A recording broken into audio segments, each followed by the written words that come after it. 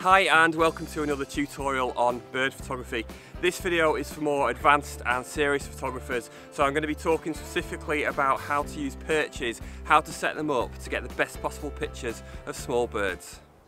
You might have something like this kind of set up where you've got a feeder pole and arms to hang the feeders off, and this is absolutely fine for keeping the birds coming to feed regularly, but in terms of photography it's much better if you give them less places to feed. So we're going to take away the feeder. I'm just going to sight one bird feeder on top of the pole. So if you can get a feeder that allows one of these to screw into the bottom, that screws in there, and then I can actually slot this onto the top of the pole. Because I've reduced it to one, we've taken away those arms, which means that the birds can't perch on there. This little bit here, I've even put that down. That's going to discourage from birds from perching on top of that. The main reason for doing this is that it increases the competition. So if you had like 2, 3, 4 bird feeders, then there's more places for the birds to feed. If we reduce it down to just one feeder on top of the pole with very few places to perch, then there's more competition and it increases the chances that the birds are going to perch nearby. So that's the bit we're going to come to next, is setting up the perch. So now we need to find a perch for our small birds, and I tend to use a few different perches. I like the thin delicate twigs, and I also like to use some more solid perches like mossy stumps. So here we have a good example, which is this hazel with the catkins on. So I'm going to take a piece of this to use.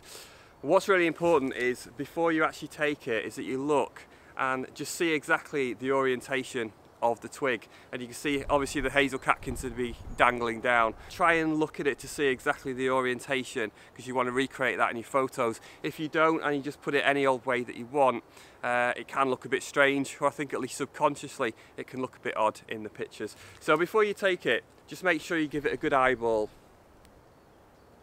give it a good stare, and just try to recreate that when you go to take your pictures. We've actually got two sections here. We've got this section and we've got the main section here. I'd rather make it easier for myself and just have one twig to try and get the birds onto. So I'm actually going to take away this part. Okay. In terms of the angle, this is what I want to get. This is pretty much how it was on the tree. So I need to make sure that I set this up at this angle. A simple way of setting up the perch is to use a garden pole like this, and then I just get it into the ground. I'm going to put the pole into the ground at an angle. It's going to make it easier to set up the perch.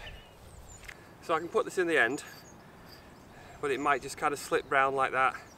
Again, it's really important for me to get this angle. So what you want to do is find a way of stuffing something in the end of the pole, and this lazy holder works really well for this actually. So I'm just finding put that in there as well, and that holds absolutely perfectly. The other option is to use the lazy holder as I originally intended. It's covered in mud, but then everything down here is covered in mud at the moment. You can attach this to your pole, and I kind of have it resting like that. I could even tie this bit for more stability, and then you can get your perch. Again, make sure you've got the angle that you're after, and then you could attach it. Either you could use a bit of tape, or you could use some small cable ties, attach that on the end. And the great thing about this is that you can adjust the angle in any way that you want. If you've got the angle perfect, then you could even just move the pole around just to adjust your distance as well. You might need to do a little bit of pruning of the perch. I'm just going to go for the bird, trying to get the bird onto this section here. So I'm actually going to take away this part, and the best way to do that is with these pair of secateurs. If you just try and rip it off, then there's a good chance you'll kind of damage more than you want to, and maybe you want to do a little bit of cloning, whether you agree with that or not. But it's much easier to use this, and it makes less damage basically. I've got a couple of little bits on the twig here, and if the bird decided to land on this one, for example, that's not going to look good because you could see this in the picture. So I'm actually going to take that away. I'm even going to take that little bit away as well. So now you've just got it completely clean up to the area where you want the birds perching. Now I've changed the perch just to illustrate another point, and that is to do with the angle. So the angle of the branch, which is going to dictate the exact position the bird is in, which is going to affect depth of field. It's tempting to put the perch horizontal like this next to the feeder. What will happen is the bird's going to put its feet like this, it's either going to be facing towards you or away from you. So you might get a sharp head, but because of the position and the depth of field, the rest of the body is probably not going to be very sharp.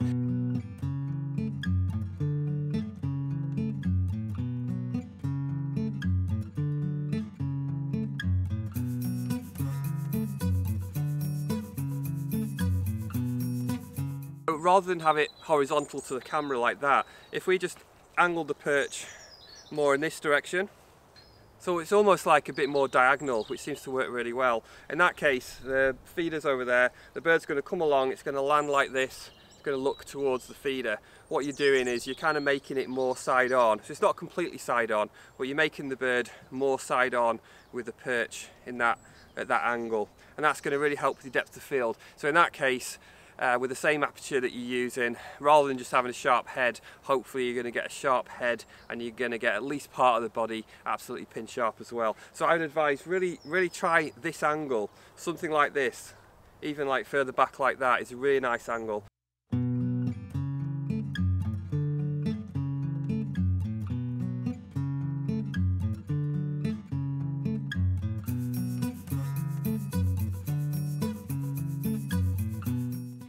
You could even do it like that way, if you can see it. You could even do it that way as well, but it really depends where the birds are coming from.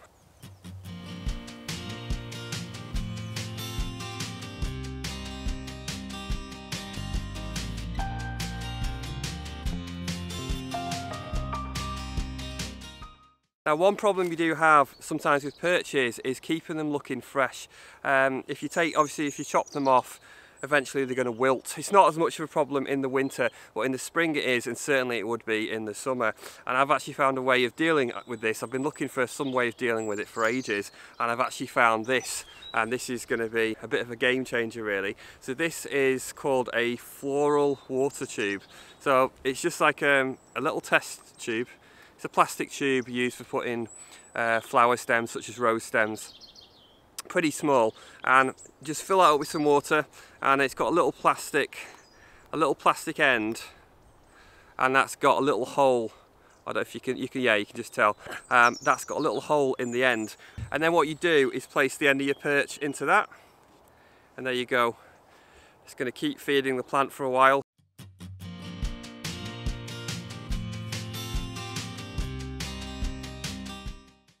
Now, what I found when I first tried this is it was fine for the thinner twigs such as this one, but I couldn't fit the bigger ones in. So all I did was just make a couple of little cuts in the end of this with a pair of scissors, and then it just makes the hole slightly bigger, and then for my bigger perches like this hazel one, I can fit inside.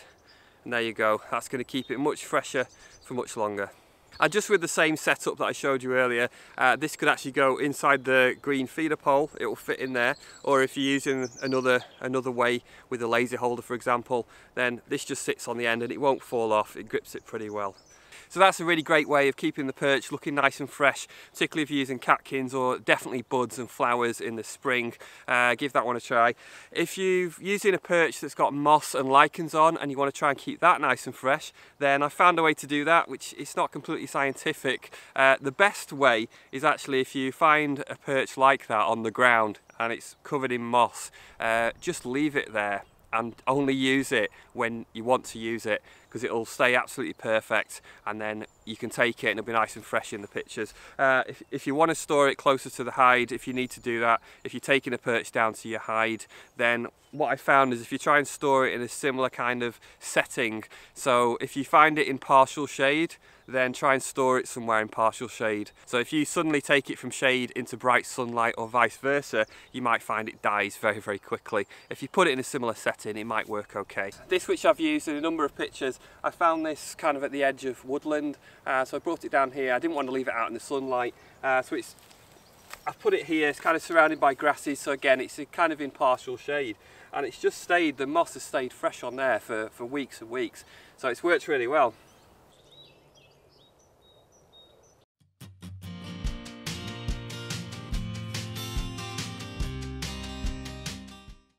This video has been filmed at my feeding station where I've got my hides set up. If you want to see me photographing from hides, then click this playlist here. If you're not subscribed, do click the subscribe button and the bell icon for notifications, and I'll see you somewhere in nature sometime soon.